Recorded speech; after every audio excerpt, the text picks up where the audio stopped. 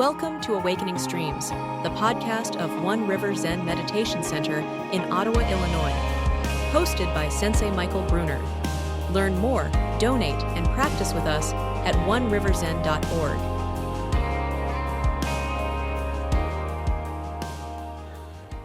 And so we're having a wonderful study of Dōgen's Tenzo Kyōkun, Dōgen's instructions for the cook. Yeah? It's a way of learning not just how to cook our lives, but really how to savor our lives, how to move beyond our fixed ideas of what the path should be and step fully into and be actualized by the circumstances that are present. This is a challenge of study. It's a challenge of study. We read, we take notes, we hope to remember, and then we try to put it into practice. But really, practice isn't found in these words. Certainly not in these words alone. Yeah? We have to embody it. We have to be actualized by the things we come in contact with, and that's not always easy. But when we actually allow ourselves to dance and to be danced, when we move past our discursive mind and more into our intuitive presence, then we begin to merge with the way. And something else becomes possible. We can open to something.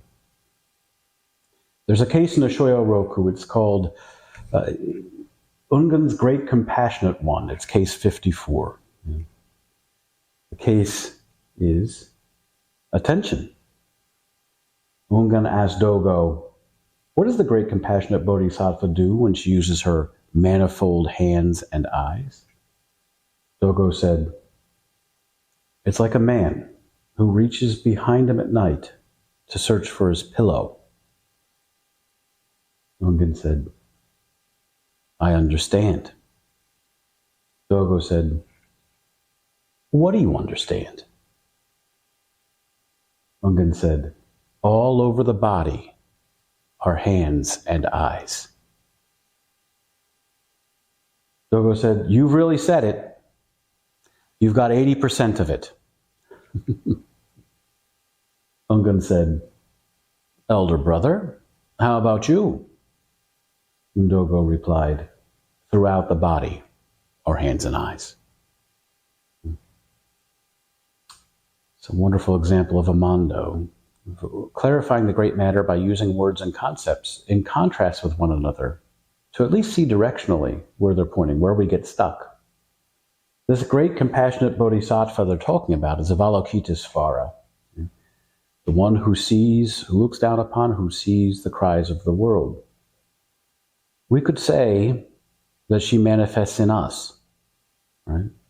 But even that's still pointing too narrowly. You'll see her name chanted countless different times in countless different ways. Kanzeon, Wanyin, Kanon. Yeah? Each name echoing the same function. The one who perceives suffering and responds without hesitation, with no separation. Legend tells us that when Avalokiteśvara looked down and saw the suffering of the world, she was so burdened that her head split apart from the sheer weight of compassion that was caused by it. And Amitabha Buddha, seeing this, pieced her back together again. But not just with one head, with 9. And her wish to help all beings caused her to grow 1,000 arms, each with an eye in the palm. Eyes to see, hands to act. So here we have a couple of Dharma brothers, Ungan and Dōgo. Ungan was the teacher of Tozan, who will go on to found the Soto school. And in this exchange, we find an intimate pointing to the nature of compassion. Dōgo tells him, it's like a man reaching for his pillow in the dark. Yeah. What a wonderful picture of this. It's a beautiful image. We do it without thinking. without hesitation, without hands, without eyes, without needing to see, is not bound by concepts or ideas, just as Avalokiteśvara moves freely, joins the dance of suffering and transforms it into with compassion into joy. It's not so compassion here moves without calculation.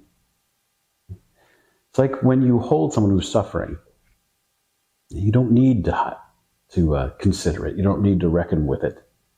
You don't need to consider what kind of suffering is worth responding to, or how much compassion you need to issue. You just hold. You just reach. Ungan hears this and says, "Oh, I understand."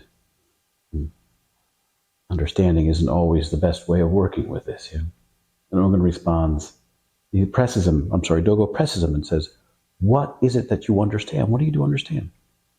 And Ungan says, "All over the body are hands and eyes." Not bad. Not bad at all, actually. But Dōgo isn't satisfied. You really said it. You're 80% there. Ungan's words point to why there's this deficit, right? Why only 80% is present. They're still framed with conceptual thinking, with taking our old karmic proclivities and dressing them up a little bit differently. All over the body still implies separation, still involves this karmic self that we've created. There's a body, and there are hands, but now there are eyes all over it. But Dōgo's final response shifts everything. Throughout the body are hands and eyes. The body itself has been transformed. Yeah. No separation, no attachment to a body as a central self or referential point. No division between seeing and acting. It's not that we have hands and eyes. Rather, the body itself is nothing but hands and eyes. There's no one doing compassion. Compassion is simply moving. It's moving unimpeded. This is where Avalokiteśvara is born anew. This is where she has her reign. Not as something extra. Finds her presence in the very nature of things themselves. When we cling to our small constructed self, we limit our capacity to respond. When we calculate, hesitate, and second guess, we get tangled up in ideas of worthiness, right action, consequences. But when we move beyond that, when we stop interfering, we function as the manifold hands and eyes. The manifold hands and eyes of the universe. But even that's too many words. Yeah?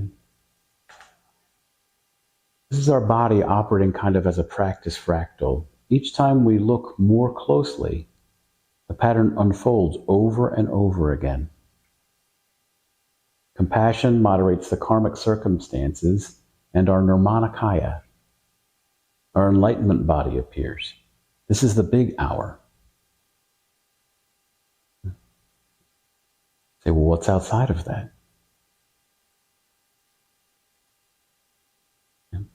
There's no way of pointing to that. There's no way of expressing it. Everything we come in contact with, we're actualized by.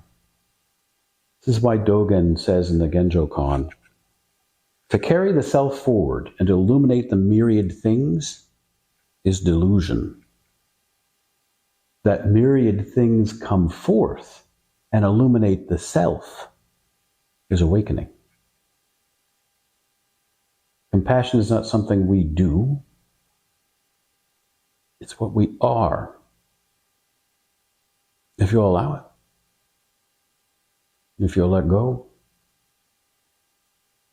Don't think of this as a teaching. Yeah. Appreciate it as a practice. We often think Zen is tied to a place or time, that it's steeped somehow in Japanese tradition, or Chinese tradition, or Indian tradition. And of course, this Dharma has traced its way throughout many ancient cultures and still bears some of the marks to them. And we celebrate them, of course. It also has a lot of American influence now. It's been here, it's been steeped in it, and it's made its way from here to Europe. Not tied to a place or time, it's always new. It's a practice that takes some time to master. It requires a very strong awareness of our karmic momentum. If you want to see your karmic momentum, just sit quietly and say, you'd like to speak to your inner cynic. Let that voice come forward.